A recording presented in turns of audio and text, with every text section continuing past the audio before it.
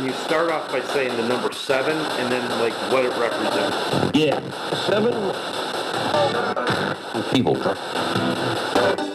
And thank you for returning back to part 2 of questions and opening sessions to Spirit Box sessions, and I hope that this will clarify some things. But let's get right to it. On part 1, if you missed it, we did a real quick recording asking just general question, and we didn't get to hear the playback. So we're going to do that right away, right now. So here's my, well, actually, you know what? Let me turn this back on. I'm activated. Ready for action. PSB 7 fell. Let me turn the recorder back on because I was uploading the video of part 1. So let's go ahead and play it. I have the noise cut on, and here we go. Any spirits that would like to talk right now, please come forward and speak with us.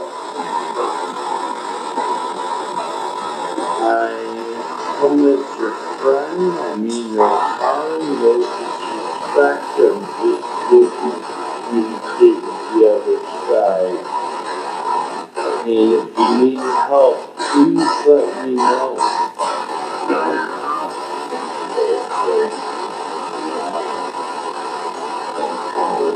And the public.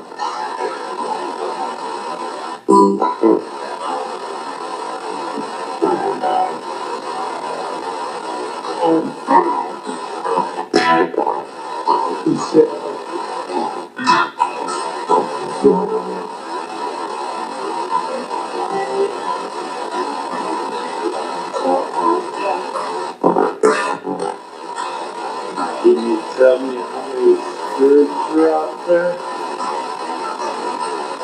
that can hear you?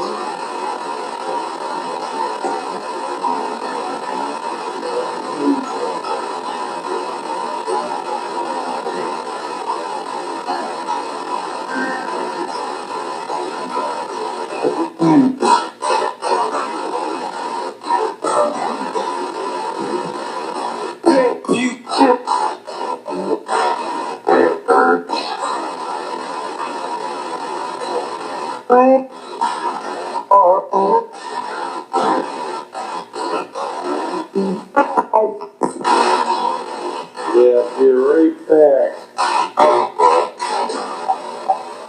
Okay. Okay. Stopping the recorder. And as you can see, I don't know, I have to, like I said, really pay close attention to see what it did say. I heard a few things. I did not hear them tell me how many spirits were here with me. But generally, see, a lot of people get frustrated right in the beginning, and let me please explain. When I first got into this a couple years ago, it took me a while. I would say it took me a good week and a half before I started actually getting some sort of responses to actually hear something. So the point is, don't get frustrated. I know that the one young lady that I did talk to, she was very frustrated when she first got her spirit box, and I told her that you can't give up. And I told her you have to get a digital recorder, which she didn't have and wasn't using. And it's okay. I mean, let's just say you're strapped on dough.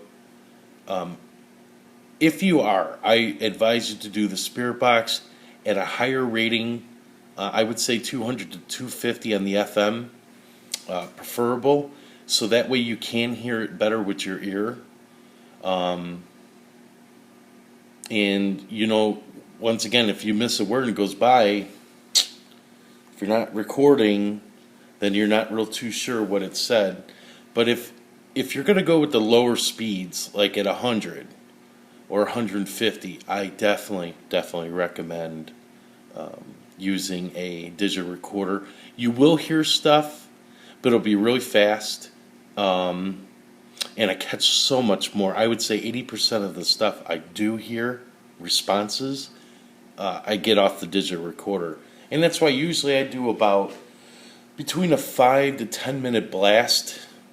And then I always tell them, hey, don't go anywhere. I'm just going to stop the recorder and listen to it and see if you answered any of my questions, or if you guys said anything, then I can answer yours back when I turn it back on.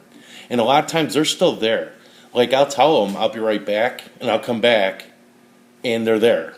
They'll even say, hello, I have had a welcome, and they let me know that they're still there. And I even tell them, before I stop the record, I say, hey, if you want, stick around, I'll be right back, and if you want to hear what you sound like, so they understand why the digital recorder is going, then they'll have a better sense of what you're trying to do. And I always make sure that I let them know that any of the equipment I have on the table, and I usually have a lot, I always let them know this is an EM pump, this is a K2 meter, and so on and so on. And none of the equipment will hurt you, I promise you. Because you have to remember, a lot of these spirits, depending on how long ago that they passed on, or they don't know all this technology. So to them, they're just seeing all these lights and noises, and they're probably freaked out. So make sure you explain it. It sounds nerdy. You know what? Do it a few times by yourself. No one's around, and you'll feel more confident doing it later when you're with a group or with someone else. Because when you do it for the first time, like I said, the best way to explain it is you feel like. You feel nerdy, like talking, explaining stuff in front of people, because, I don't know, they think you're crazy. So anyways, do it a few times by yourself, and don't be afraid to ask any questions that you want. If you're going to try to talk to a loved one, I really recommend having a picture, something that's like an item that's very close to them or sentimental. Have it with you. It might take a while. Like when I worked with one of my friends, we were doing a session, and her father came maybe about a good 20-30 minutes while into the whole spirit box session. He finally came, and he called her by her nickname. Really fast, I want to make sure I told you, I just went on a ghost hunt.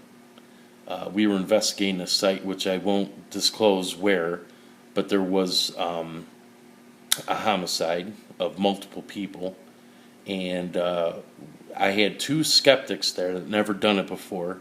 And a long story short, we set up in the first room, and I actually turned on the echo box, and long story short again, their grandfather came through right away.